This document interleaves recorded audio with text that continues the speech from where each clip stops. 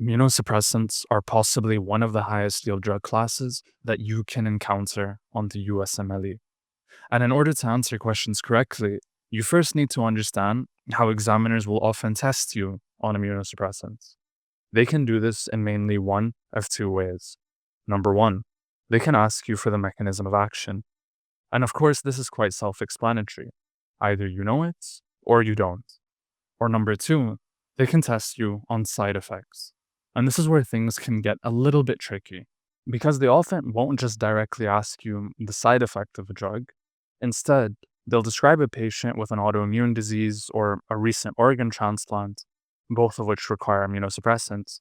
And from that, you'll have to infer that this patient is on an immunosuppressant. From there, you need to identify whether their symptoms are immunosuppressant-related side effects or if they represent a separate medical condition altogether. Now, the one thing the USMLE rarely tests on is the specific clinical use of each immunosuppressant.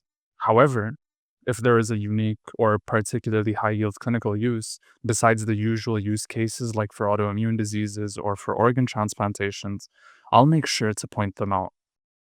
Let's look at an example to make things clearer. A 55-year-old male presents for evaluation 2 months after undergoing a kidney transplant. He reports fatigue, tremors, and confusion. His blood pressure is 162/94. Labs reveal elevated BUN and creatinine. His random blood glucose is 260 milligrams per deciliter. Which of the following is the most likely cause of his current findings? If you haven't already, pause and try it out before I reveal the answer. The correct answer is C, Tacrolimus toxicity. If you guess transplant rejection due to signs of nephrotoxicity such as elevated BUN and creatinine, remember, rejection is generally a diagnosis of exclusion. Make sure to always ask yourself, could a drug explain these findings?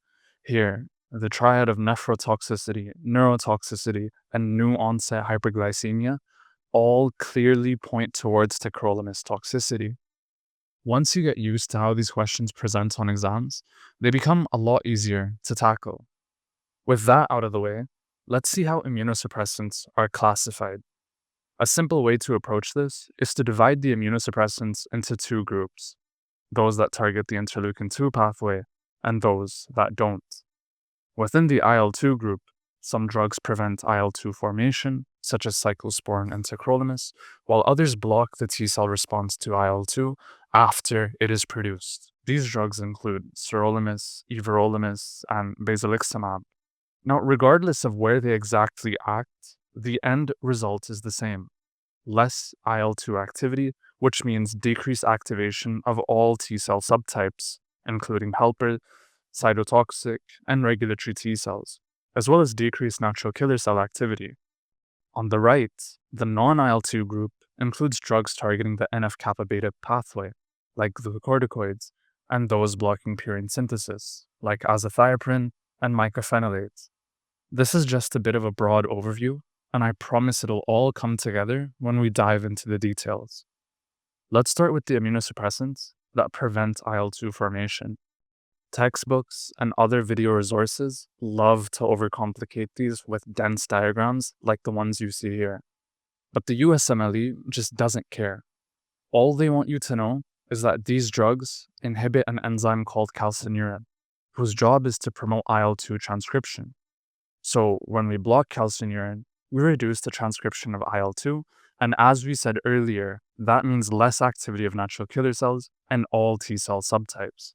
There are two calcineurin inhibitors that you need to know, Cyclosporine and Tacrolimus. Although both of them ultimately inhibit calcineurin, they differ in the binding protein they use to inhibit calcineurin. What I mean by that is that cyclosporine will bind to cyclophilin, whereas tacrolimus binds to FKBP. The complexes that are formed as a result of this binding then go on to inhibit calcineurin. To remember this pairing, just focus on the cyclo and cyclosporine to link it with cyclophilin. For tacrolimus, use the suffix mus to associate it with binding to FKBP. You must be wondering, that makes zero sense, and I agree with you.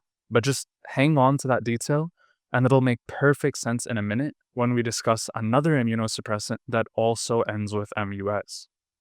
When it comes to adverse effects, it's very high yield for you to know that both of these agents are highly nephro and neurotoxic. Because they share these core toxicities, the side effects that are unique to each drug is what will help you differentiate between them on exam day. Cyclosporine is individually associated with hypertension, hyperlipidemia, gingival hyperplasia, and hirsutism. The highest yield of these would have to be gingival hyperplasia, since it's a rare finding shared with only a few other drugs like phenytoin and calcium channel blockers. An easy way to remember this side effect is to look at the word itself. The spore in cyclosporine should remind you of spores, which are basically abnormal overgrowths or budding, just like the gum overgrowth that we see in cyclosporine-induced gingival hyperplasia. Tacrolimus, on the other hand, is most commonly associated with new-onset diabetes. An easy way to remember this is by calling it Tacrolimus instead of Tacrolimus. Think of it like being on a chronic, dreamy Taco Bell diet that eventually leads to diabetes. Unlike cyclosporine, Tacrolimus does not cause gingival hyperplasia or hirsutism, marking these as key distinguishing features. And that pretty much wraps up the calcineurin inhibitors. If you want some easy way to remember the drugs in this class, just say cancel transcription. It matches perfectly with their mechanism of blocking IL-2 transcription, and the initials C and T stand for cyclosporine and tacrolimus, respectively. Easy enough, right? This slide should help you in answering any calcineurin inhibitor question that they could possibly throw at you. Now let's move on and discuss the agents that block the response to IL-2. These drugs include Sirolimus and Basiliximab. Starting with Sirolimus, it's kind of similar to the calcineurin inhibitors in that it first binds to a protein, specifically FKBP. But instead of inhibiting calcineurin, the Sirolimus FKBP complex inhibits a kinase called mTOR, which is crucial for T-cell proliferation and cell cycle progression. So while calcineurin inhibitors were blocking IL-2 production, Sirolimus blocks the response to IL-2 by stopping T-cell proliferation and B-cell differentiation. Remember when I said to hold on to the idea that drugs ending with MUS, like Tacrolimus, will bind FKBP? That same exact rule applies to Sirolimus as well. Both of these drugs end with MUS, and both bind to FKBP. It's a simple yet effective memory trick. Now let's talk side effects. And there's definitely a lot to uncover with Sirolimus, including pancytopenia, hyperlipidemia, delayed wound healing, as well as mouth ulcers. But the one thing it doesn't cause, and this is extremely high yield, is nephrotoxicity. And now you're probably wondering, okay, so what if it doesn't cause nephrotoxicity? Who cares? But the reason to care is because this is what will help you clearly differentiate it from calcineurin inhibitors, which are notoriously nephrotoxic. So let's imagine, you get a vignette with kidney damage. You can confidently rule out Sirolimus toxicity. This is why it's high yield. Now you also must be wondering, how am I going to remember all of these side effects? The answer is simple. I want you to picture an overweight guy on a motorbike with his hands out, who's grumpy, and he's saying no to everything. He's saying no to insulin, for insulin resistance. He's saying no to wound as well as mouth ulcer healing. And most importantly, he's saying no to nephrotoxicity, right? These are all the side effects of Sirolimus.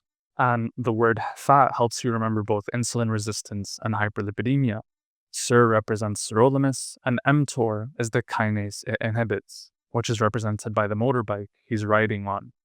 To remember pancytopenia as a side effect, just say pancertopenia instead of pancytopenia to remind you of Sirolimus. And just like that, you now know two very simple tricks to remember the mechanism of action as well as the side effects of Sirolimus. Moving on to Basiliximab. This is a monoclonal antibody against the IL-2 receptor on activated T cells. By blocking this receptor, it prevents T cell activation and proliferation, leading to a suppressed immune response.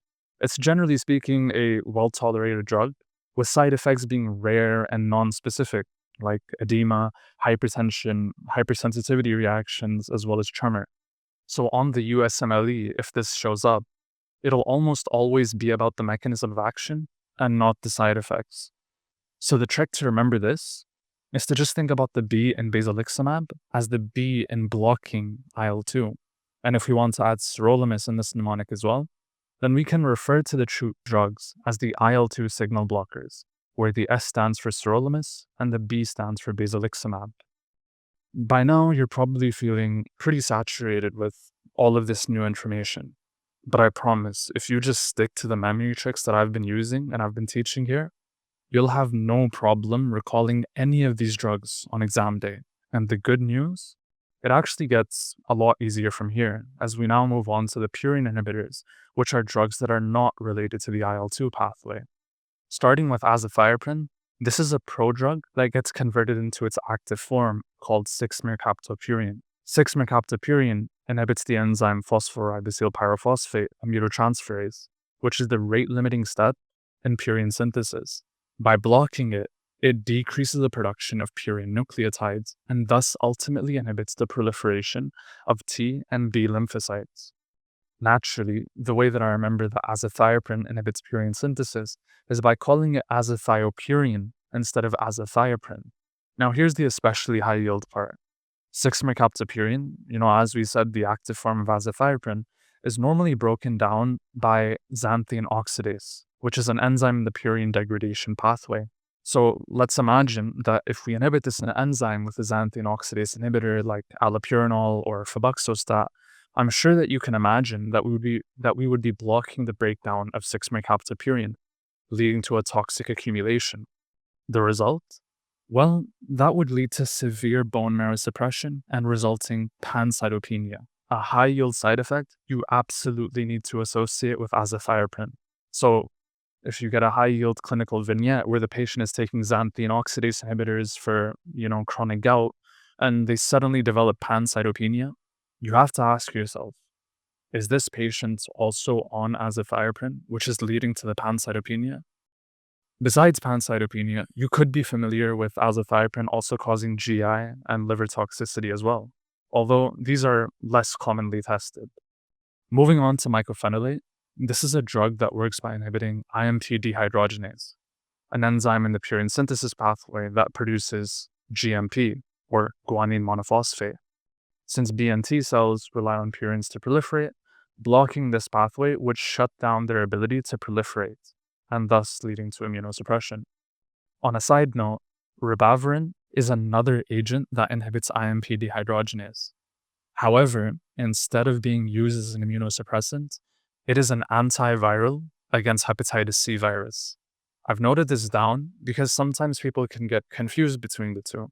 Anyways, the side effects of mycophenolate include GI upset, pancytopenia, as well as an increased risk for infections, which is, of course, something that's associated with all of the immunosuppressants. However, what's unique and especially high yield here is the fact that mycophenolate in particular is associated with invasive CMV infection. And this makes sense since CMV is an opportunistic infection. So let's say that you see a transplant patient on an immunosuppressant who develops invasive viral symptoms, such as colitis, retinitis, pneumonitis, or any other systemic manifestation. Even if CMV isn't explicitly mentioned, mycophenolate should be at the top of your differential, especially on exams. The way that I always remember this association is by replacing the late in mycophenolate with latent. The reason being is that CMV is a latent infection, which reactivates when the immune system is suppressed. And mycophenolate, as a potent immunosuppressant, is a classic trigger that you should remember for exams. And finally, we have glucocorticoids as the last immunosuppressant in this video. Since they are steroids and hence lipid soluble, they can easily diffuse into cells, bind to cytoplasmic glucocorticoid receptors, and then move into the nucleus to modify gene transcription. Their main target is a transcription factor called NF-kappa beta. By inhibiting it, glucocorticoids lower the production of key inflammatory cytokines like interleukin-1, IL-2, TNF-alpha, and IL-6. Besides that, glucocorticoids induce apoptosis of both lymphocytes and eosinophils. And as a side note, this is why in a condition like adrenal insufficiency, where there's decreased production of endogenous glucocorticoids, we often see elevated eosinophil levels. Now, just as the mechanisms are very high yield for the glucocorticoids, the side effects are equally or if not more high yield. The most important one to remember is Cushing syndrome, which is related to excess glucocorticoids. To recognize it in a vignette, use the classic mnemonic known as moon faces, which stands for metabolic syndrome, obesity, osteoporosis, neuropsychiatric disturbances, facial plethora, androgen excess, which can manifest as acne or hirsutism, as well as cataracts, immunosuppression, ecchymosis, as well as skin changes, which can present as thinning or abdominal striae. Now, if you've noticed, I've added osteoporosis here again. This is because it's not enough to simply know that glucocorticoids can cause osteoporosis. Examiners also want you to know the mechanism. The mechanism is an increased rank ligand to osteoprotrigerin ratio. And to keep things brief, basically, an increase in rank ligand and a decrease in OPG means more stimulation of osteoclasts and therefore greater bone resorption, leading to osteoporosis. Moving on, if a person was to use glucocorticoids long term, if they have a chronic condition, the body would stop making its own cortisol because it thinks there's already enough. This causes the adrenal glands to shrink and atrophy due to the negative feedback from the exogenous glucocorticoids. Now, if this same patient who is on long-term steroid use was to abruptly stop using glucocorticoids, this would lead to a condition called tertiary adrenal insufficiency. Besides that, we can also expect to see amenorrhea and a phenomenon called artificial leukocytosis.